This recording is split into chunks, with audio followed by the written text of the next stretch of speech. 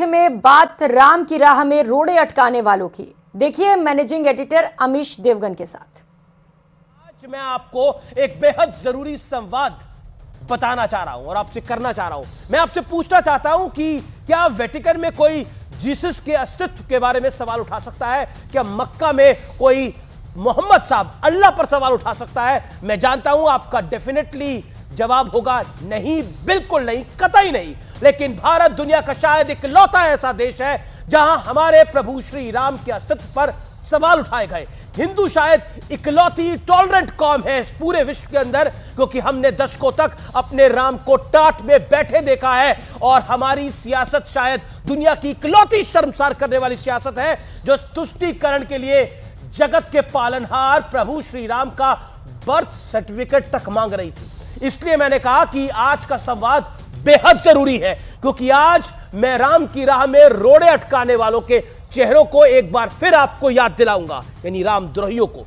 इसे आप 2023 का सनातनी ईयर एंडर भी कह सकते हैं, क्योंकि 500 साल का लंबा इंतजार अब खत्म हो रहा है। आपको याद होगा वो साल 2007 था जब केंद्र में कांग्रेस का शासन था, सुप्रीम कोर्ट में हलफनामा दायर कर दिया गया और उस एफिडेविट में राम सेतु और रामायण को काल्पनिक बता दिया गया। यूपीए सरकार चाहती थी कि नया सी रूट बनाने के लिए राम सेतु को तोड़ दिया जाए। आपको यह भी याद होगा कि कांग्रेस के बड़े नेता रहे कपिल सिब्बल ने सुप्रीम कोर्ट में मुकदमा हारने तक एड़ी से चोटी तक जोर लगा कर रखा कि सालों तक कोशिश करते रहे कि राम मंदिर कभी ना बने।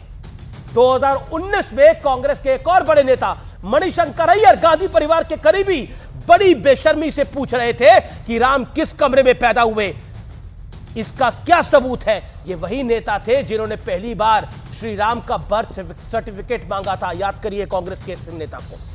2019 में अब मैं आपको 1990 के उस दशक में लेकर चलता हूं जब मुलायम सिंह यादव उत्तर प्रदेश के मुख्यमंत्री थे और उन्होंने बड़े ही गर्व के साथ निहत्तेकार सेवकों पर एक बार नहीं बल्कि 2 बार गोलियां चलवाई थी, बुलवाया था और फिर यह भी कह दिया था कि इससे ज्यादा मैं और क्या कर सकता था। 1990 के इसी दशक से खुलेआम नारे लगते थे, मिले मुलायम कांचीराम तो हवा में उड़ गए जय श्री राम। इसका नतीजा यह हुआ कि 1993 के विधानसभा चुनाव में मुलायम सिंह यादव और कांचीराम और कांग्रेस ने तीनों ने मिलकर यूपी में सरकार बना ली।